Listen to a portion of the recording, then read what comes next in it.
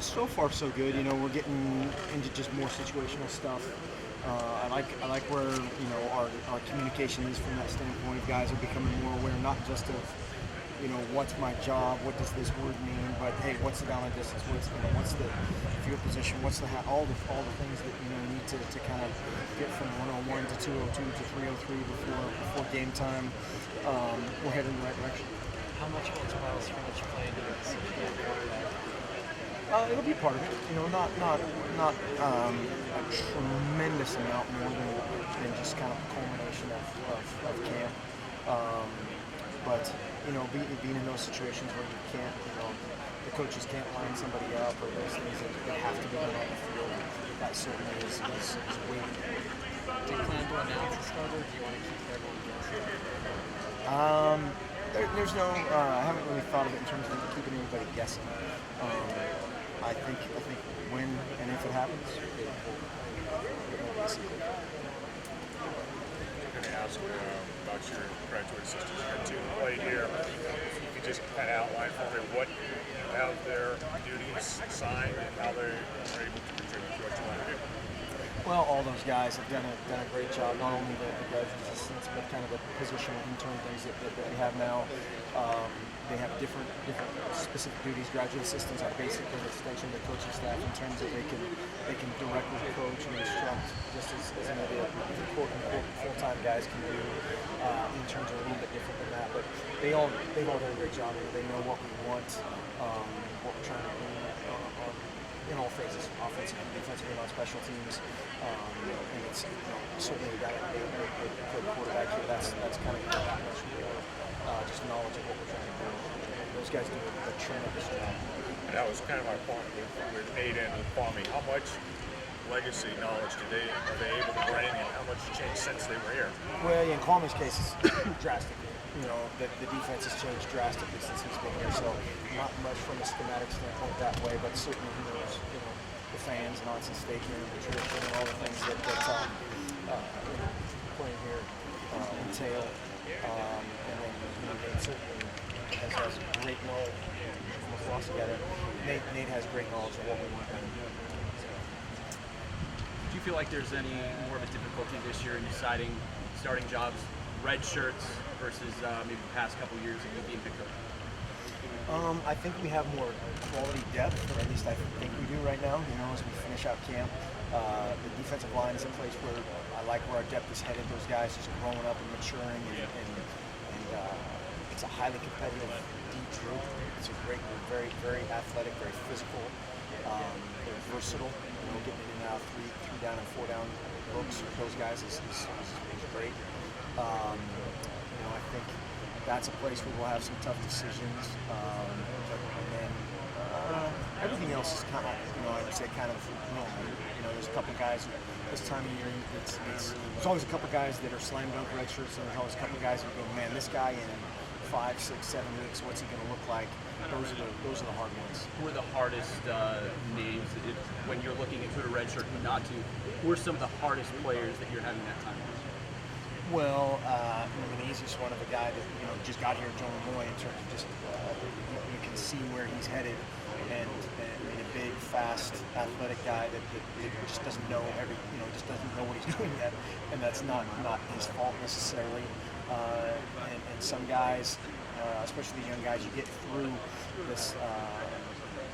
Just all the install, all that stuff that's kind of on their shoulders, and then that's off, and now they're just playing, and they're playing just freely. The rate that happens kind of determines their fate. Yesterday, John Neal was saying that Ugo Amadi is showing flashes of defo. Can you make that comparison? Even a freshman to freshman? Number 14, they're both, I think, from the same tribe, so that's you can make that connection.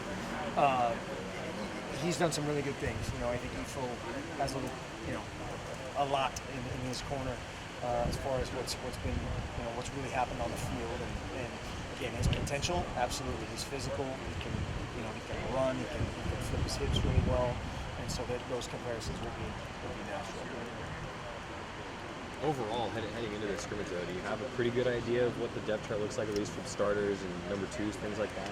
I mean, for the most part, of you know who's gonna play the lion's share of where. You know, I think that we have a bunch of guys that are gonna rotate in a few spots, which is a good thing. And then there's still a ton up for grabs in special teams. I think we've got a lot of young guys that can contribute in special teams, not necessarily just the true freshmen, but red shirts and a few of the first year guys. And we'll definitely have that on full display tomorrow. Tomorrow Davis. I apologize if you've already been asked this, but for the scrimmage tomorrow, what are you looking at specifically for the quarterbacks? What are you hoping to see? Just clean execution, running the show without having the coaches out there of, you know, if you have a true freshman receiver lined up wrong or somebody in the wrong place, can they run that part of it, and then just do their deal, you know, go out and each guy, and that includes Taylor and Morgan and Travis, as well as the two guys that are getting the most press right now, will have, you know, it's a little bit more tailored to their strengths as far as the play selection, and then just go and play. When you guys were reviewing the scrimmage, how long does that take? Do you guys watch? You know, obviously you guys are watching as it goes. Counting down decision time. How long can I meet with them? How long? Yeah. Well, no, just when you're reviewing the tape, you guys watch it a couple times. You guys like just the grading process. How's that go? No, it's usually it depends kind of year in and year out how much experience you have at different spots. But in general, we watch it individually as coaches. And so, you know, like Steve Graywood is grading 5 guys compared to Gary Campbell's grading 1 or 2. You know, so there's different rates that happens, and then you rally back up together as a staff and just say, hey, make sure that hey, play 16. You know, we should have done this or should have done that. Those kind of discussions take place in defensive meetings as well as special teams. And so it ends up being one very thorough viewing individually, and then just hit the highlights as a staff. So are you personally grading guys individually as well, or is it all kind of from the system? The grading is all the all the positional guys do that, and then we're split up on special teams as well. And how long does that process usually take before you can really finalize it? 3 hours and 7 minutes. It depends, and that's not. I'm not trying to be evasive. It just depends how many plays, what kind. You know, like if we're clocking the ball on offense, if we're spiking the ball on offense, that doesn't take very long to grade. If you have 100 plays of actual football plays, then it gets longer. So it'll just depend on kind of situational stuff and how it shakes out. But as far as evaluation and determination and rehashing everything as a staff, I like 3 hours. I'm going to stick with 3 hours and 7 minutes. Is that what I said? Yeah, that's it. So much. How much does tomorrow's scrimmage factor into the depth charts or red shirts? The biggest thing is just make sure guys can know what they're doing without any help. And Coach Lubick can't line up a guy and talk about his split and his assignment and all those things like he can in practice. And sometimes that's a good thing. Those guys can really focus in on their job. They still want to obviously communicate with their partners and just go out and play freely. Mark, just forgive me because I joined you guys late. How is the tempo and the pace been up to this point as you go into the scrimmage?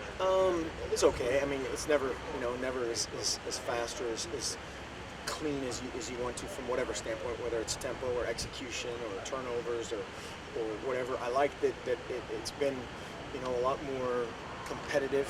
It's kind of, we had a couple days where the defense dominated and a couple days where the offense dominated. You don't really ever want that. You want kind of a ping pong match of a play here, a play there, maybe a series here, a series there, where one side for whatever reason has the upper hand.